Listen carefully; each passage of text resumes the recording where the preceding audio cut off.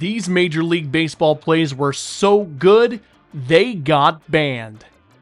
Baseball has rules, but sometimes talent breaks them. These are the plays that were so legendary, so unfair, Major League Baseball had to step in and say, nope, you can't do that anymore. Some call it innovation. Others call it cheating.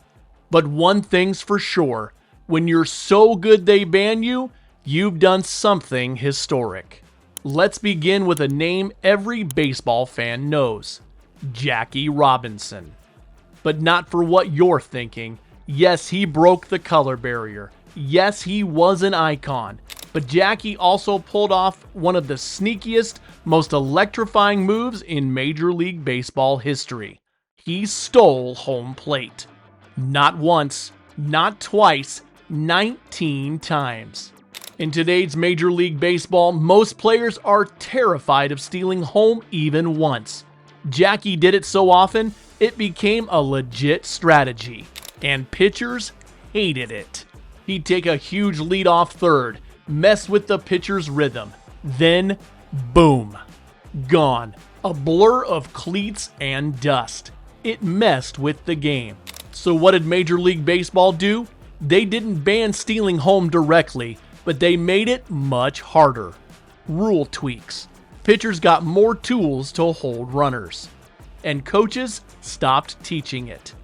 Jackie's brilliance was quietly erased from the modern game. But he wasn't the only one. Let's talk Ray Chapman, the only Major League Baseball player ever killed by a pitch. The year was 1920. Pitchers used dirty baseballs, literally. They'd rub it in mud, spit on it, scuff it, and throw it dark and slippery. Chapman didn't see the pitch coming. It cracked his skull. And that was the end. Baseball was never the same. Major League Baseball banned spitballs, mud balls, shine balls. Dozens of pitchers built careers on those tricks. All gone overnight. You were too good at deception. Tough luck. Next up, the hidden ball trick. It's simple. After a play ends, the fielder pretends to toss the ball back to the pitcher. He doesn't. Runner thinks it's safe to take a lead. Boom. Tag out. Magic. Deception, showmanship, IQ. But MLB cracked down. Now there are stricter rules. Pitchers can't be on the mound without the ball. Umpires watch closely. You do it wrong, automatic balk. Why? Because it worked too well. It embarrassed base runners. And Major League Baseball, they didn't like that. Now let's shift to something wild. Don Larsen's perfect game in the World Series. October 8th, 1956.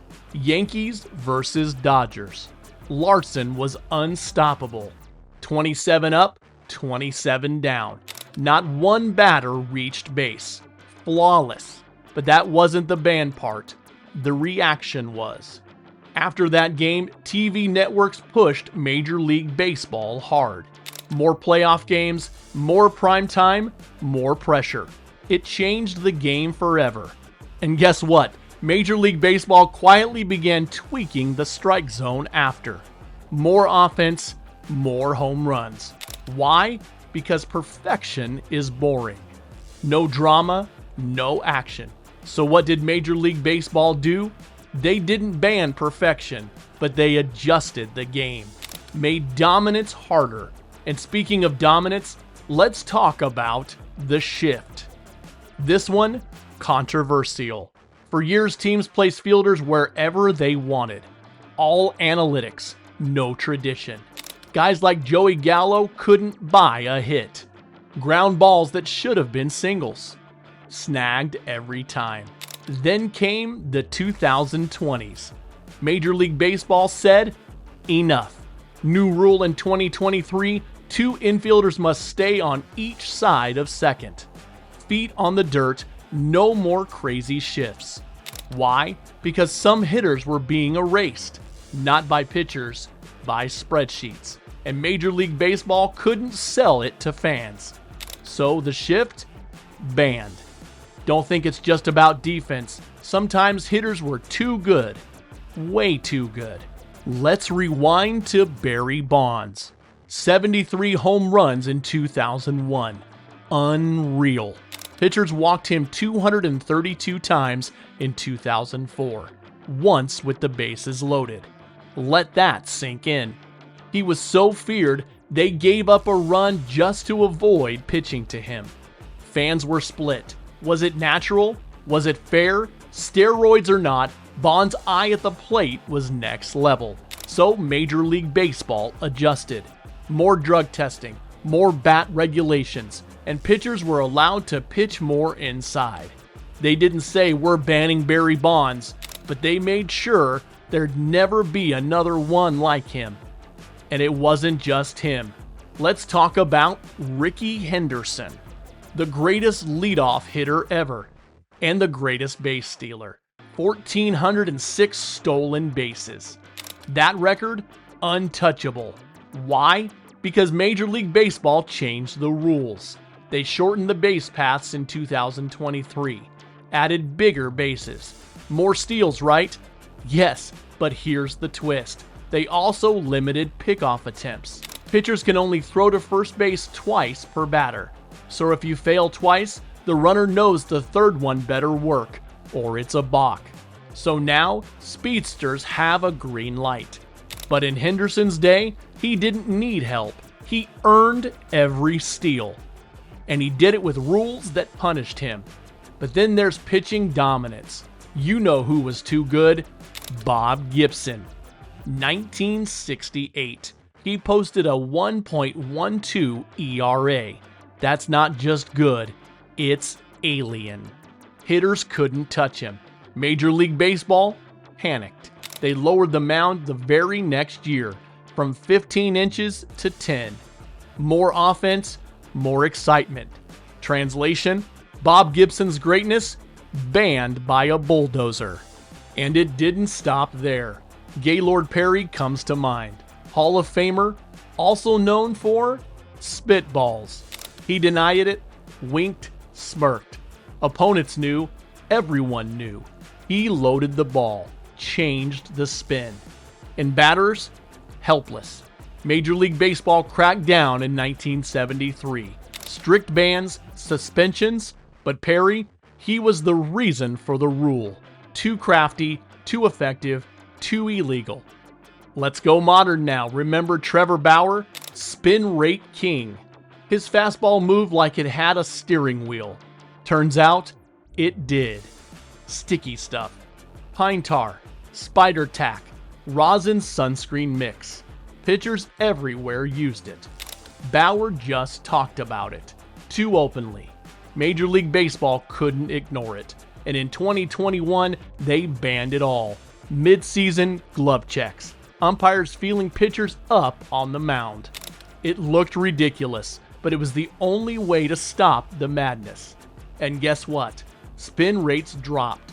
Batting averages rose. The crackdown worked. But it came at a price. Elite manipulation? Gone. Now let's take a moment to appreciate something that wasn't just banned, it was erased. The bat flip. Once a symbol of disrespect, you hit a home run, you run. Head down, act like you've done it before. Then came Jose Bautista, 2015 American League Divisional Series. Game 5, tie game, 3-run bomb. Then, the bat flip heard round the world. Crowd went insane. Pitchers went ballistic. Old school guys called it classless, but fans loved it. Major League Baseball tried to suppress it. Unwritten rules, retaliation pitches. But Bautista flipped the culture. Now, it's common. But back then, it almost got him banned by the code. And what about catchers? Catching framing is an art. Stealing strikes, moving the glove subtly, getting the call. Guys like Yadier Molina and Buster Posey mastered it. But now, Major League Baseball's testing robot umps. Automated strike zones. Why? Because framing is too effective. Catchers influence the game in ways fans can't see. And if tech takes over, that art banned by algorithms. Sad but true. Now let's go full speed. Take out slides. Once normal, you slid hard into second base. Break up the double play, even if you took the fielder with you. Then came Chase Utley. 2015 playoffs. He barreled into Ruben Tejada, crushed his leg. It ended Tejada's season. Major League Baseball reacted instantly. New rule, you must slide into the base. No more takeouts. Utley's slide, too old school, too dangerous, too effective. So Major League Baseball banned it. Player safety or overcorrection? You decide. Now here's one almost no one talks about. The fake intentional walk. Catchers used to stand up, flash 4 fingers, toss 4 balls. But some pitchers were sneaky. They'd fake it. 3 slow balls, then on pitch 4, fire a strike. Caught the batter off guard. Beautiful deception. Now it's gone. Major League Baseball said, just point to first. Batters walk automatically. No more pitches, no more tricks, no more traps. It was too clever, too chaotic, too baseball. And they erased it. But some banned plays were just flat out rule breaking. Let's not forget George Brett's pine tar bat. July 24th, 1983. He hits a go-ahead homer. Then the umpire notices too much pine tar on the bat.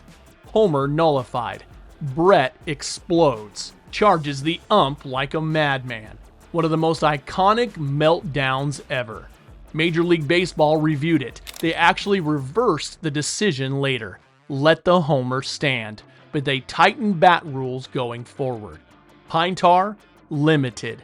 Why? Because Brett found the edge. And Major League Baseball couldn't let it slide. Now here's one that's almost funny. Ruben Sierra's corked bat. Players used to hollow out their bats, fill them with cork. Lighter bat, faster swing. Illegal. But some still tried. Sammy Sosa, Chris Sabo, caught red-handed. Major League Baseball banned corked bats outright. Cracked down hard. You were too good. They broke your bat to make sure. Now let's end with one final legend. Shohei Ohtani. As of today, he's legal. But here's the twist. He hits like Babe Ruth, pitches like Pedro, and earns more than anyone. What happens if two-way stars emerge? What if they dominate? Some GMs whisper it's unfair roster-wise. Could Major League Baseball limit two-way usage? Make rules around it? No one knows. But history says if you're too good, the league eventually comes for you. Because in Major League Baseball, greatness is always celebrated until it starts breaking the game. These weren't just plays, they were weapons. So good they became dangerous. So effective they became illegal. In baseball, there's a line. Cross it with talent, you become a legend. Cross it too far, you get banned. And that's what makes this sport beautiful. It evolves, it resists dominance, and when you're too good for the rules change to stop you. But your name, it stays forever. You were too good for the game to handle.